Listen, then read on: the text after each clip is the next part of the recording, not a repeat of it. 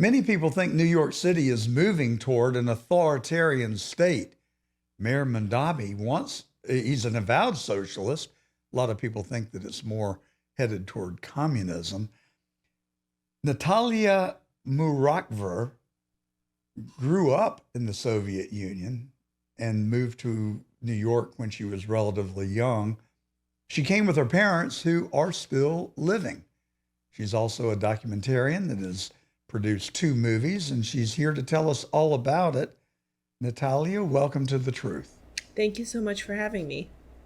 So tell us about how old were you when you moved to New York? Thanks for asking. I was 6 when I came, but 5 when I left the Soviet Union. It was a very long and arduous process to immigrate legally and safely to this country. And we ended up spending a little bit of time in Austria while we were getting permission to move on to the next holding station, which was Ostia, just outside of Rome in Italy, where we lived for about 4.5 months. And we finally arrived in New York in the winter of 1977 during a very big blizzard. So it took us quite a long time to make it here. Well, it sounds like you had some nice experiences along the way. Austria and Italy are not too shabby of Uh, places to be stuck. I think for me as a child, it was okay. It was a curious experience, but I think for my parents, having their life upended back home and leaving everything behind because they really weren't allowed to take anything. It was like take the clothes on your backs and go. It was very stressful, and they also didn't know what to expect when they arrived. So I think for them, they were very anxious about arriving at their new home. Wow, were they able to take their money with them? No, and there wasn't much money anyway, so they really came with nothing. Thankfully, there were aid agencies that were working to extract Soviet Jews from the Soviet Union back then, and thanks to the arrangement that Carter and Brezhnev had, they facilitated that and helped them get on their feet. The Hebrew Immigrant Aid Society, HIAS, and then there was another aid agency, NYANA, New York New Americans Association or something like that, and they helped us. But ultimately, my parents went to work almost on the first day they arrived. They never took government handouts and immediately went to try to build their lives. So, how large was the Jewish population in the Soviet Union when your family left? It We came from Ukraine. Quite honestly, I'm not. That's a question I'd have to look to answer. But I know that many of us came to Brooklyn. Brooklyn was a very popular destination, and you may have heard of Brighton Beach, Hmm. made famous by Neil Simon. Brighton Beach Memoirs. Enclaves of Jewish populations that emigrated there. We ended up settling not quite in, but near Little Odessa, which is, of course, where I was born in Big Odessa on the Black Sea. And the Jewish population was sizable there. I mean, not in the millions, but certainly, several thousand. I personally was very eager to become an American, to learn English and to assimilate. So, in the 80s, it wasn't glamorous to be from a Soviet bloc country. It's only, in later years, where things have become a lot more elegant and refined, and, Russians are kind of looked at as an elite species. It wasn't like that back then. It was like, in my eighth grade yearbook, the principal wrote, something along the lines of the spy who came in from the cold. It was very painful to be a Soviet back then. And so, I just immediately tried to assimilate and become an American. Well, it sounds like you've done a pretty good job of doing just that. Yeah. Do you have memories as a child of what it was like to live in the Ukraine? Not really. No, I remember going to playgrounds. I was 5. I remember Italy a little bit more vividly. I feel like it's the first time I started to see in Technicolor. It was so colorful and bright. There were so many candies and, pizza and all these foods that were just dazzling in the windows. And it just kind of, I think it imprinted a very favorable image of Italy and Italian food and culture on me. So your parents left the Soviet Union. Um, what was their motivation? Did they feel oppressed? Did they Oh yeah. were they the brunt of anti-Semitism? Well, I mean, the whole system was set up to keep them out. It was very hard for Jews to go to university and get higher education. So open anti-Semitism and Jew hate. But also, beyond the Jewish question, it was a terrible place to be. I mean, everything was unionized and bureaucratic. You had to wait on lines to get food, or buy certain things, that a young child might need on the black market when the sailors would come in to the port, because Odessa is a port town. They would bring, all sorts of contraband materials in. I mean, something as simple as a banana, I remember. I had my first banana shortly before I left, and it was the most exotic, exciting thing I'd ever had in the Soviet Union, because the shelves were empty. So for them, my father was absolutely convinced that he would have an opportunity to build a new life for us here in the United States. And even as a plumber, who was part of some plumbing union, and it was the top echelons got everything and the workers got nothing. When we came to this country, he was working for pennies on the dollar inside its incinerators, coming home covered in soot. It's before OSHA, so exposed to asbestos and God knows what else. But he was so thrilled that he was working for himself, and he could determine our destiny finally. He was pretty courageous, I would say, to pick his family up and leave. Were you worried about repercussions from trying to evade the Soviet Union, or did they open the door for you and allow you to leave freely? Well, in the late 1970s, President Carter and Brezhnev met and signed an agreement to allow Soviet Jews to leave. And as I understand it, we had really three choices. One was to move to Israel, which is where my grandmother, my father's mother, and his sister moved to with their family. To move to New York, where my father had a very close friend who offered to help us and help us situate ourselves, and or Australia. And my parents had to decide, and they decided New York because my father wanted to see his friend, and he thought America was the place where he would have the greatest opportunities. And he was right. It is an incredible country. It still is an incredible country, and we need to fight to keep it. I could not agree more. And I think us Americans probably take so many things for granted, not the least of which is our freedoms and our ability to have free speech and the right to associate with people that we of our choosing. But how did you assimilate in the United States? What did your folks do, and how did they support their family? And do you have siblings? Is it just No, I'm the did only you child. You're only child, so the three of you. Yeah. So I went to first grade in the middle of the year, even though I spoke not a word of English. I was 6 and a half. Went straight into the first grade, like in January.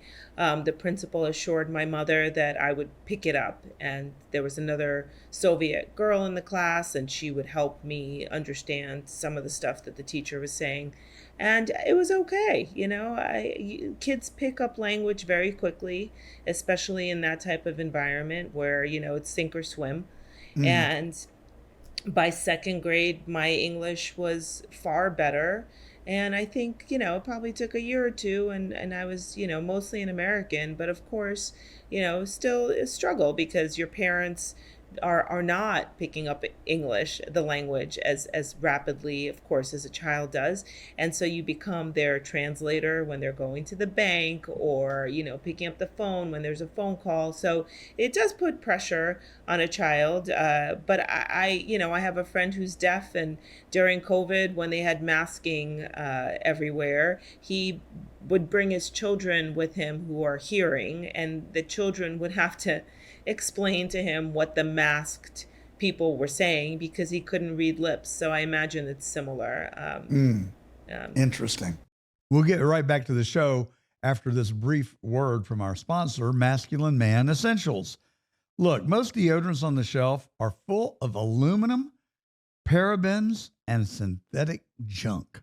Masculine Man Essentials goes at it differently. All natural ingredients, built for men, and it actually holds up through the whole day long. Whether you're at the office, at the gym, in traffic, or just getting home for the night, try Masculine Man Essentials. I've been using it, and I can tell you, it's the real deal. Head to masculinemanessentials.com, grab yourself a 2-pack or a 4-pack, use the promo code TRUTH at the checkout to save on your first order, and the link is in today's show notes. As you know, we don't put our name on anything that we haven't tried and believe in. So when I tell you about Nessa's Hemp, I want you to listen up. Nessa's Hemp is a Chicago-based company that makes hemp, and it was founded by Anessa. And what she's built is really something. We're talking about clean, high-quality hemp products with no gimmicks, just real ingredients, real transparency, with real results. Whether you're dealing with stress, sleep issues, inflammation, or you just want to add something natural to your wellness routine, Nessa's Hemp has something to offer you. Head over to nessahemp.com, that's NESAS hemp.com, and check out what they've got. Use our promo code TRUTH for a discount just by being our listener. You've produced 2 documentaries. I want to get to those quickly. But before we move on, are you concerned, or how on the spectrum, not bothered at all and shocked beyond belief, where are you relative to the political discourse in this country today relative to Israel, members of the Jewish faith who live here, and the growing anti-Semitism that I've never witnessed like we have in the last 12 months or 24 months? Do you share that? I mean, are you alarmed by it, or passive, moderately concerned, or in shock and awe? Well, so here's my view on this. I don't believe there's growing anti-Semitism. I think there is foreign interference that has infiltrated every aspect of our society that is trying to manufacture, primarily America hate, right? So I think the Jews are the canaries in the coal mine. I don't think anybody in this country, I shouldn't say anybody, I'm sure there are people who target Jews or target Asians or target blacks. Like, I don't think we're really any different than anyone else. But I think that these foreign influence operations, and also domestic ones, like, the democratic socialists, the teachers unions, the so-called progressives, are really manufacturing hate and so-called anti-Semitism against Jews. But the ultimate target, of course, is the United States, and they're trying to destroy this country. Anyone who understands geopolitics understands that Israel and the Israeli Defense Forces are the most moral army in the world. And of course, that still makes them hugely imperfect, because anyone who's defending their country is going to be imperfect. So why hold them to any different standard than any other military? So there are a lot of people that would argue with the statement that you just made. Yeah. I mean, I think that goes to the essence of what the discussion is about relative to Israel's war in Gaza. Many people equate it at this point with genocide. If October the 7th was not a false flag, and I, for one, do not believe that it was, but a lot of people are just skeptical because the Israeli defenses and police are among the best in the world, and to think that many Palestinians, or I guess it was Hamas, members of Hamas, could penetrate Israel and get to that concert and kill that many people seems implausible to some. The fact of the matter is, I just plain don't know. I'm willing to accept that they murdered a large number of Jews on that day, and that's inexcusable. unforgivable. Yeah. And it justifies, it begs retaliation. But a lot of people think that Israel has now gone too far, and that Yeah. women and children have paid the ultimate price, and that they should not have. Yeah. What's your take on that? There was you no. sound like you sound like a very real person to me.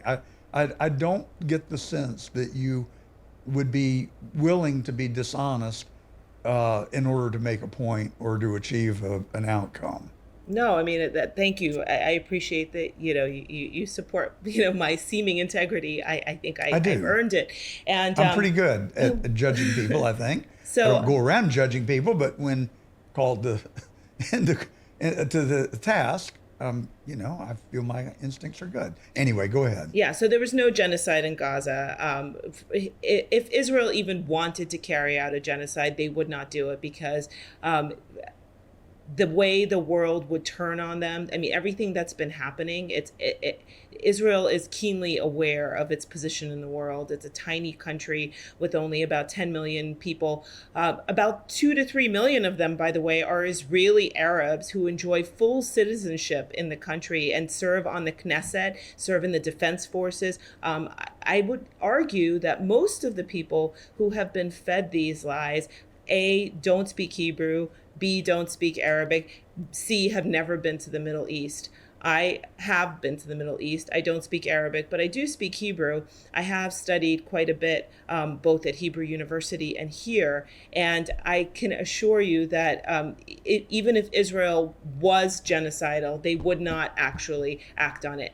And with regard to was it a false flag, and how did Israel allow such a horrible tragedy that Yahya Sinwar and his Hamas genocidal maniacs perpetrated on October 7th?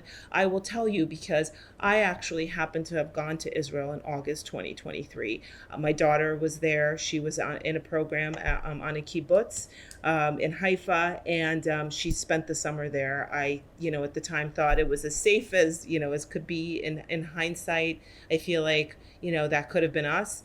And I was horrified being in Israel in the summer of 2023. And as somebody who'd been there many times over the years, visiting my grandmother, my cousins, I had never seen anything like this. The left had infiltrated Israel so deeply. There was so much internal derision and divisiveness because of Benjamin Netanyahu's reform, or supposed reform at the time. I don't think it actually came to pass, of the Israeli Supreme Court. And I saw the way people were turning on each other, and it felt very inauthentic.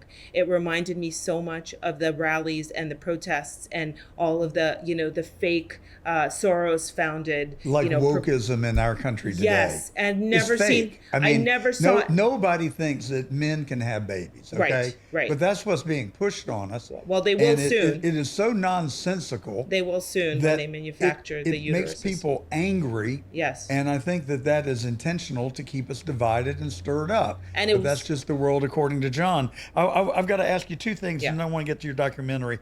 You said that if there was genocide in Gaza, that it would create a huge backlash around the world. Isn't that in fact what has occurred? No. What has occurred? Doesn't that support the people that are alleging that? No, that actually has not occurred. And in fact, if you look at the statistics of civilians killed in Gaza, even the ones manufactured by Hamas, they are far lower than in any other war that we have engaged in. And actually, most of the statistics you see come from the Gaza Department of Health. Who is that? That is Hamas, that builds tunnels underneath hospitals and puts civilians intentionally in harm's way. Israel has lost so many soldiers with their feet on the ground who didn't need to be there. They could have just bombed the hell out of it and not lost their own young 18, 19, 20-year-old soldiers. So no, there was never a genocide in Gaza. There is a Pallywood, which is almost as good as Hollywood. Palestinian Hollywood has manufactured so many fake narratives, and I hope that your viewers are able to decode, truth from fiction. One last question. Do you believe, as many people, and I have to be honest with you, I would include myself, in this group that feel that Israel has a disproportionate say and influence on our country, particularly in terms of our foreign policy? No, I actually think Qatar has a disproportionate influence in our country. They're spending billions and billions Well, of that may be dollars. true. I mean, you could say Great Britain has a disproportionate influence. A lot of I don't, countries probably, but I mean, how many times has Netanyahu been here in the last 2 years?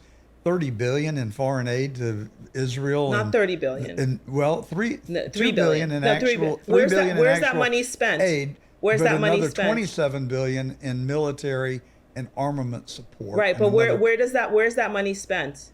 Is it a carte blanche, or is it spent here on our domestic military industry?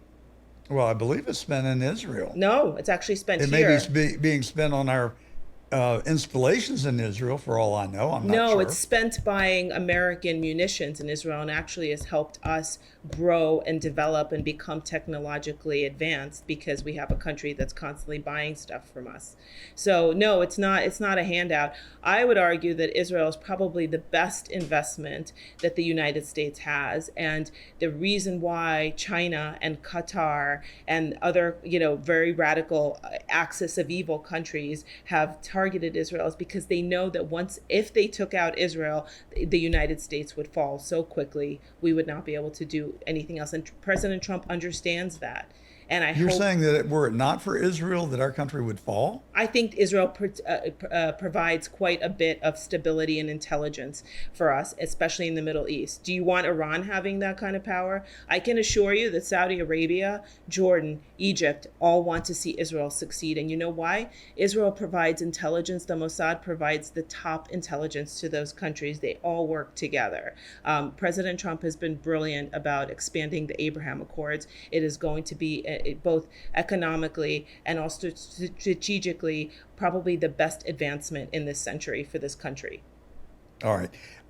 I could literally stay here the rest of the day talking to you about this, not contentiously, but I'm genuinely interested in your perspective, and you have made me think, which is a good thing.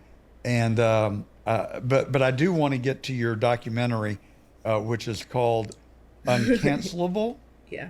Yes. And tell us about the documentary. What was the genesis for it? And is it out now, or is Yes. it about? Yeah, it's out. Thanks for asking. Okay. And I'm not a Middle East pundit, so these are just my thoughts. Take them or leave them. No, I'm. That is not a slogan. That is truly what's in my heart and in my soul.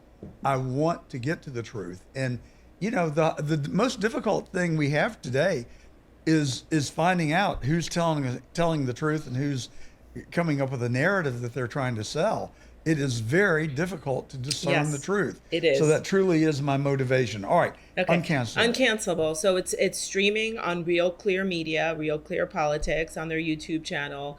It's a film about a mom in New York City who had 4 kids in public schools and was on the New York City Public School Board. We have many different boards in different neighborhoods. This is the largest school board in the city in Manhattan.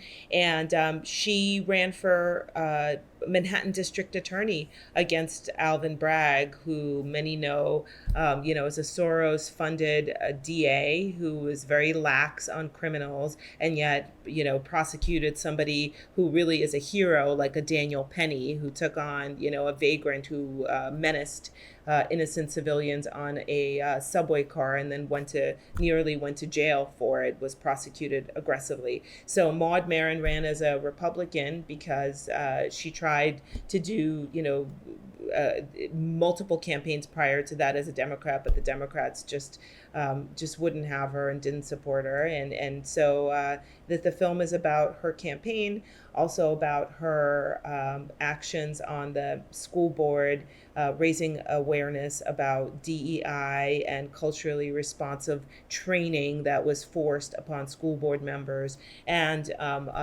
boys and girls sports. She was deeply concerned about girls having to compete with boys in It's girls nuts. sports. And it's certified crazy. So she And passed a resolution on that, good which for her. which Awesome. unfortunately, yes, good for her, great courageous person, but didn't really have the support. And ultimately, the resolution was rescinded due to activist pressure, and she was voted off the board. So she's uncancelable and she'll be back, but Who in their right mind would support men playing in women's sports? yeah, I mean, what's the point? I mean, you win the division. trophy, but you haven't won anything. The same people who masked toddlers. It's the I same mean, are they people. just crazy? I mean, I that is one explanation. Right. I don't think they're crazy. I think it creates incredible division, and it's a diversion so that, things can get reorganized while we're looking in a different direction. Unfortunately, people do fall into the whole vortex, and there are young people, children who have been preyed upon by these predators, and convinced that they are not meant to be born in the body that they will always forever occupy, however altered it is. So it's unfortunate that there are many victims of this, and it's a tragedy.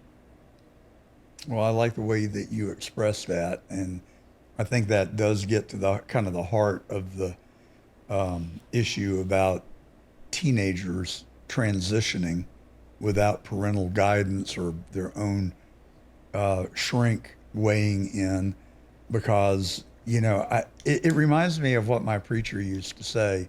He was fond of reporting that people would come into his office at the church, and we lived in Atlanta, and they would say, "Well, I'm just going to move to pick a place,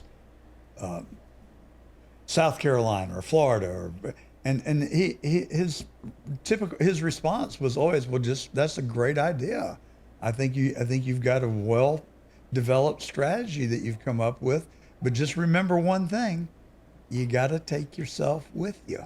And Exactly. so I think that applies in this subject of transitioning. People look at that as a solution to a problem, and it only exacerbates it in the vast majority of people who've done it, which is why the incidence of suicide among young people who have transitioned at a young age is a real problem. Yeah, wherever you go, there you are. I mean, these people are being told fairy tales. I have a friend whose son came back from school a few years ago, very progressive middle school in New York City. And he said, "Mom, I've been told that I can be anything and anyone, so I've decided I want to be a car." And she took him out of that school. But Yeah. that's what they did. That's it, it's terribly damaging to a young child's psyche, and what a terrible thing for a parent have to deal with. And many parents are not equipped. So Well, I back to think so many parents are asleep at the wheel. They're yeah, not really paying attention. right. When I was a kid, I don't think my mom ever missed a PTA meeting. That's a I good just don't point. think she ever missed. And there were events that they sponsored. I don't remember, pie baking contest, arts and crafts things, and my mom was always present. And I just don't know that that's the case these days. That it may be a value that has left our culture. I know my wife was ever present. I mean, I was the one who didn't want to go, and she was like, "No, you get your ass in gear. You're coming." And so I did. And once she compelled me to, I really got into it. I started looking forward to Friday night lights, and the football games and the parent conferences. I was somewhat of an outspoken parent, and I remember the head of the middle school said that they intentionally gave the children more homework than they knew that they could complete, and that it was a challenge and a test. And I raised my hand. I said, "Don't you feel like you're kind of playing with dynamite here? Because what does it do to a child's self-esteem to never be able to complete their homework? Doesn't it leave them feeling inadequate and insufficient?" Where you could have heard a pin drop, and needless to say, I wasn't one of the more favored parents among the teachers. Yeah. Yeah. No. But that kind of idiocy, I mean, I've never really liked academians. I'll just put it out there. They act like they're the smartest people in the room and that they know how to raise your kids better than you do. And I have a real problem with that. Yeah.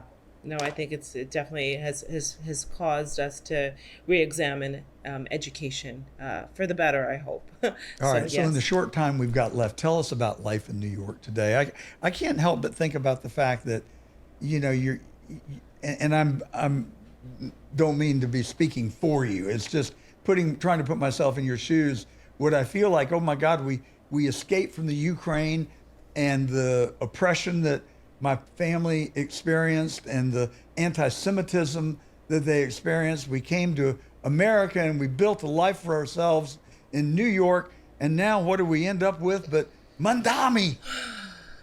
Yeah, unfortunately, my parents continue to talk about that. I've never heard them be more anxious about our future. They're not worried about their future. They're 85 and 87. They're worried about their granddaughters and my future, me and my husband, our family. So, yeah, I mean, I think it's a lot of posturing on the part of Mamdani. I think he's an operative. Hopefully, we get rid of him at some point. He can go back to Uganda. He's not an American. He doesn't uphold our values. He really is an enemy of the state. So the way I see so many young people fall for it. Well, yeah, there are also, many of them are not even New Yorkers. It's a lot of carpetbaggers. I mean, so many people I know are leaving the city, and many left back in 2020, 2021. Why did so many Jewish people support him? So many Jewish people don't support him. Again, like, there are a lot of narratives that are being pushed. But a lot did. By the way, I just want to say we give $3.8 billion of aid to Israel annually, not 30. I just looked it up, and all of that's spent in this country on defense. But I think that's going to probably go away in the future anyway, because Israel is very hell-bent on manufacturing their own weapons and probably selling them to us. So at some point we might be asking them for help. Well, I think that would work. I wouldn't have a problem with that. And, I think that would be repaying a favor. Yeah. I like that. I don't think idea. it's a favor. I think we get repaid for everything we give them tenfold, and you would only have to see Israel be destroyed to understand what that would do to Middle Eastern, the balance of power in the Middle East. I don't think any other Middle Eastern country would want to see that, but neither would I. That's a subject for a longer conversation, which I am absolutely let's willing do it. and would welcome for us to have it. And I'll get boned up on the statistics and try and not present an alternative view, but just a factual view, as best as I can determine. I really have enjoyed our conversation. Great. I've pushed you pretty hard on some things. You haven't gotten mad. You haven't gotten defensive. You've just held your ground very politely and with facts. So, Natalya Murakhver. Perfect pronunciation. Amazing. Yes. Really? Yes, it's perfect. Wow. A++. There's hope for me yet. Thank you, Natalya. It's been a pleasure. And have a wonderful rest of your weekend. Thank you for coming on The Truth. And I hope you will come back. And that is The Truth. And I'm John Gordon.